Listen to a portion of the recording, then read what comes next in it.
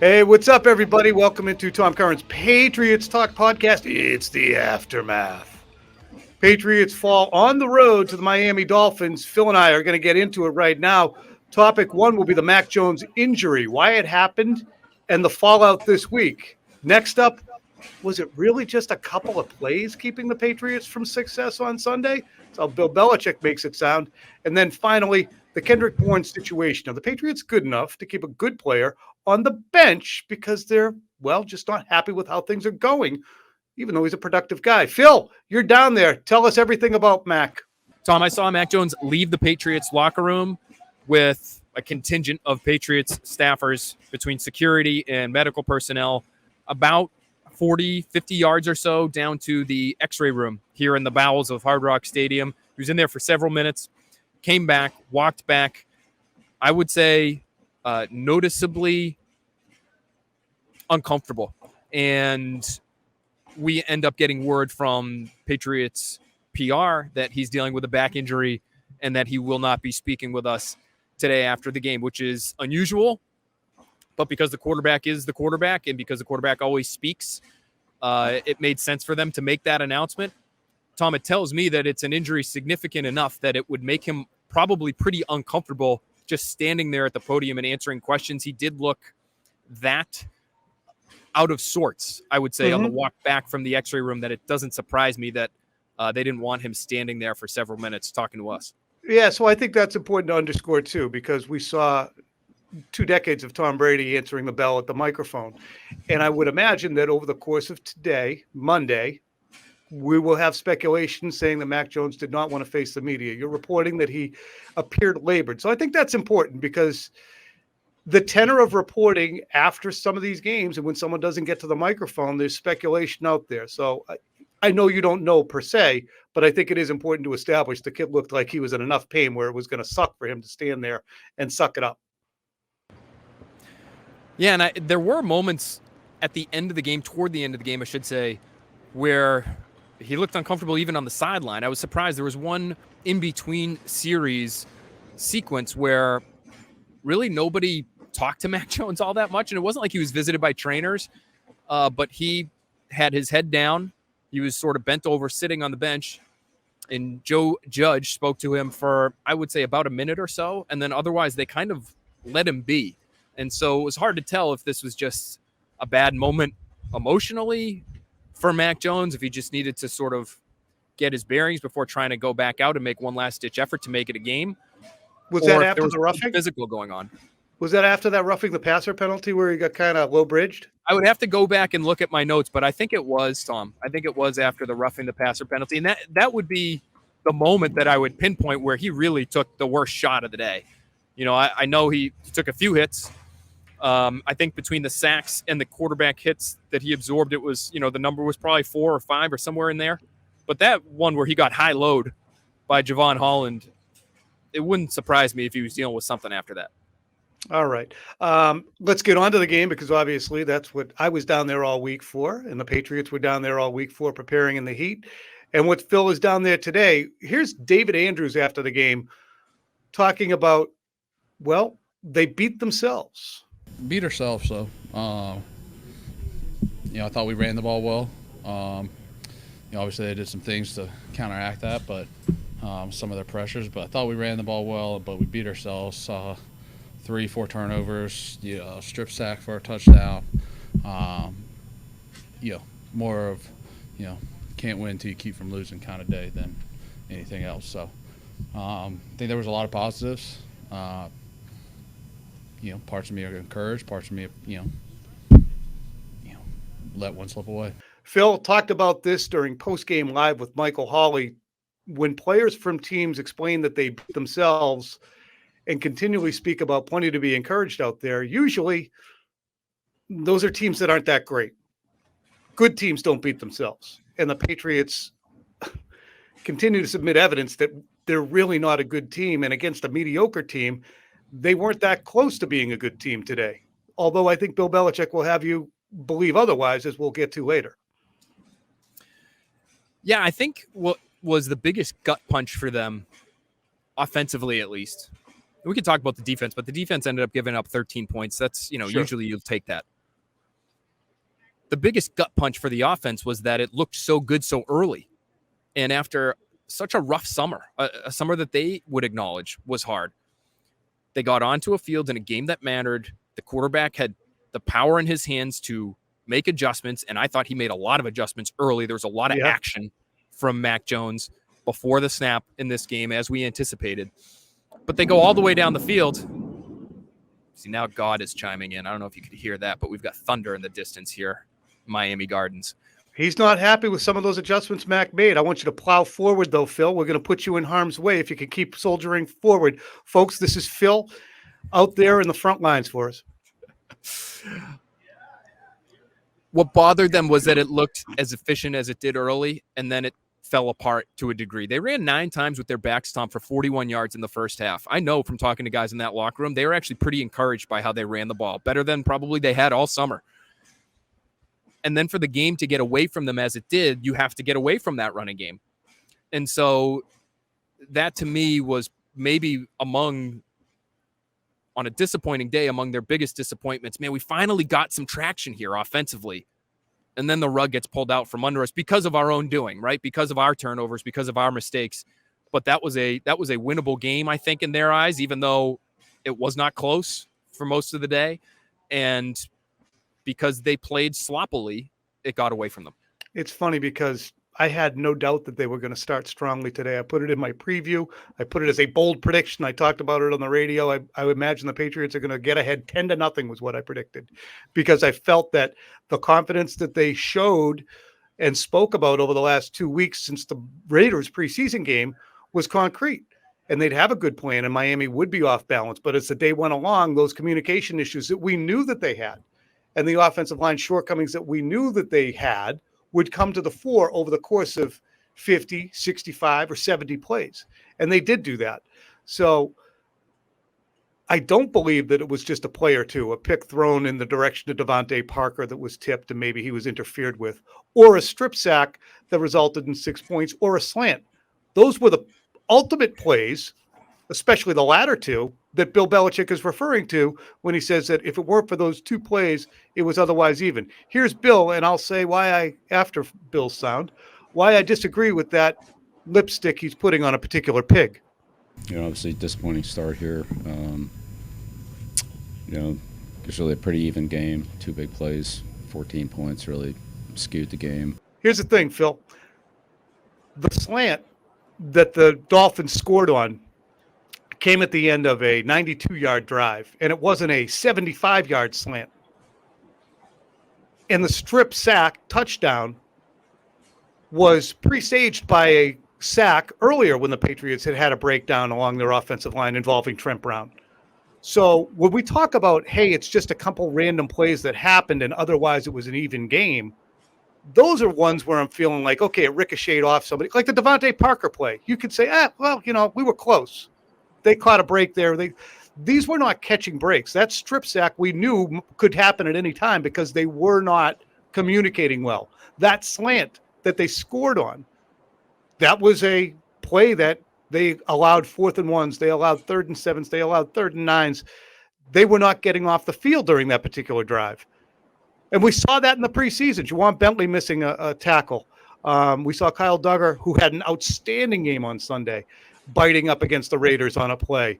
Those 3 guys and Jalen Mills, I believe, were in convergence on that touchdown. So it wasn't like, hey, we were close. If it wasn't for those plays, man, I think those were an outgrowth. Phil is relocating. That's okay. You people who are listening to this and not watching it on YouTube are wondering what I'm talking about. So I'm going to keep talking. But as he relocates, consider this. The Patriots didn't lose by a play or 2 on Sunday.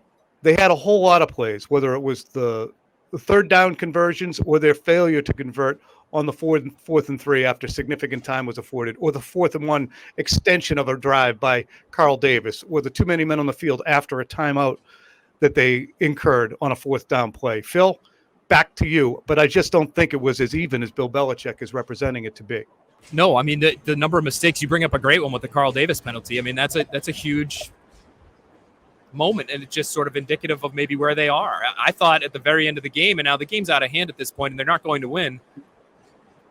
But, Tom, they get that too many men penalty at the very end.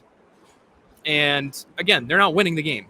But Bill Belichick is just so frustrated by all of the negative plays, all of the mental errors, they call them MEs in the building, all of the MEs throughout the day, offensively and defensively. I haven't seen him do this, I don't think, in a while, but I just caught it on my binoculars where he ripped off his headphones, dumped them on the ground along with the clip that's attached to his belt. He had a marker, I think, in his hat or in his ear, and he sort of spiked that thing too. Not, wasn't a full-on Gronk spike, but he was very frustrated, and rightfully so. And I think, to me, the biggest issue remains the offensive line, Tom. It was all summer. It continues to have a free rusher off a defensive line where Emmanuel Ogbah is in a 3 or a 4-point stance. He's very obvious. There's nothing else he can do other than rush the quarterback. And to have no one block him and have Mac Jones have to turtle and cover up on the ball for the first sack of the game between Cole Strange and Trent Brown. And then for later on that strip sack, for the Patriots to have enough bodies to block. And after talking to some people tonight, I know they had enough bodies to block that. I know they assumed that Mac Jones was protected on that play. That was not a hot Mac Jones had to see it, had to get the ball out kind of play. I think that was on Trent Brown. That's me deducing. But that's one of your most talented and veteran people up front who should not be an issue, who is an issue for you in week 1. And so I just wonder how they're going to get all of this ironed out, because there was enough happening up front there tonight against a blitz-happy team. It's a copycat league, Tom. You're just going to see more and more blitzing, whether it's the Steelers or the Ravens. These are blitz-happy teams too. You're going to get more, and you got to show the league that you can stop it, or else you're going to continue to get your quarterback pummeled here, and he's already banged up. Phil, what you deduced is the same exact thing that Matt Castle deduced, that it was on Trent Brown. And again, it circles back to, was it just a couple of plays and you could shrug it off and say, button those up and everything's going to be better? Or is this a continuation of what we've seen throughout the summer, and this is just the latest instance of it? Because when it happens with your best players, it's more cause for alarm. And Trent Brown's a high-level player. And, Jalen Mills and I believe it was Duggar were on the scene on the slant, and they're two of your better players. So I guess I don't have as easy a time dismissing it as we button a couple things up and we're beating the shit out of the Dolphins. No, I don't think it's that simple. And again, Tom, it just comes back to me. The reason I don't think it's simple is because I think it's something consistent that we've seen all summer for an offensive line dealing with a new language. It's still trying to figure things out. That as a rookie left guard who's trying to help out a left tackle who is, when he's played left tackle here, is accustomed to playing alongside guys like Joe Thuney or Ted Karras. Last year playing alongside Shaq Mason, who's had years in the system. There's a level of comfort that comes with that is probably not there right now with Cole Strange, even though eventually I know the team believes he will become one of their better communicators, and they do believe he's a smart enough player to be thought of in that way. But Tom, it gets back to, your coaching point, which is who's coaching the offensive line right now. It's the same guy who's calling the plays, who's coaching the offensive line between series, but also is trying to find time for Mac Jones in between series so that they can talk about what they're trying to do on game day. I found the whole sideline operation today to be very interesting because I thought Brian Hoyer took the lead at times with Mac Jones. Joe Judge took the lead at times with Mac Jones. Matt Patricia left his post. He was an offensive line coach first and foremost between series, in my opinion. But then he would try to get over and have a few words with Mac Jones before Jones got out onto the field. And so that is all new. We're used to seeing Josh McDaniels planted right next to Mac Jones. That's not the case right now. You have an offensive line coach who's trying to do a lot. And in the meantime, his offense that he's calling the plays for scored 7 points today, and his offensive line didn't look very good. So that, how do you, that's why I say it's hard to envision it getting fixed immediately. Could it be fixed? Sure, I'm sure it could. But it's hard to predict that happening in the immediate future here. It's like they have the hardware to be fine. They have the screws and the nuts and the bolts to construct a good offense. I just don't know if they have the tools or the handyman. You got all the chess pieces, but the guy's not that great at chess yet. Matt Patricia will probably get better. In 2020, Bill had a tenor that was very supportive of his team and laudatory of it. And I understood that, and I never really bristled at it because I got it. Look, Brady just left. They're trying to do something with a new quarterback and hatch a new scheme. I was more sympathetic to it then than I feel like I am now. Why is Bill so laudatory, or why is he minimizing mistakes that he would have otherwise vomited over a few years ago? Is it to create optimism for his team, to make sure that the tenor doesn't get too negative? I don't understand it so much in 2022 as I did in 2020. I think he's trying to give them what they need, which is a little bit of support. And I, again, having had some conversations in the locker room today, I think they scored 7 points. But given where this offense was all summer, I think it was important for them to see, hey, we can drive the field. That first drive, that bounce of the ball goes a different way. We probably come away with points on that drive. We put together another 15-play drive that ended up in the end zone. We can move the ball in this new offense, in this new system. And I think even though you only came away with 7 points today, guys are scrapping for that kind of optimism right now. Well, at least we could do a little bit. We showed we could do a little bit, and maybe that's something we can build on. I think Bill Belichick knows he knows how important buy-in is, Tom. And that to me is a continuation. What we heard today is a continuation of what we heard from him all summer, which is him trying to give them a little bit of support, knowing that it hasn't looked good, knowing that they need to see something positive. And so he's trying to keep everybody bought in on the ship by being as optimistic as he's been when he's at the microphone. Speaking of buy-in, speaking of positive, speaking of impact, Kendrick Bourne had the most positive, impactful offensive play for the Patriots. Player who had 55 catches for 800 yards last year was on the field for, I believe, 2 snaps, none in the first half. He had a 41-yard reception today. Phil Perry spent a long time talking to Kendrick Bourne after the game, and Bill Belichick, you'll hear him right after the Kendrick Bourne sound, speaking about why Kendrick Bourne is down. How would you describe just your emotions after really not playing and trying to process what's going on here? Yeah, just waiting for my opportunity. Yeah, just waiting for the coaches and just waiting for the moment for me to go in. What have they told you about why this is the case?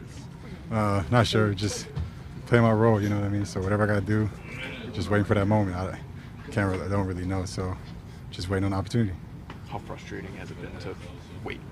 It's tough, just keep my mind in it though, knowing my teammates are capable, you know what I mean? It's not about me, it's not my part, it's not about me at all. So just waiting for the opportunity, that's all I could really say.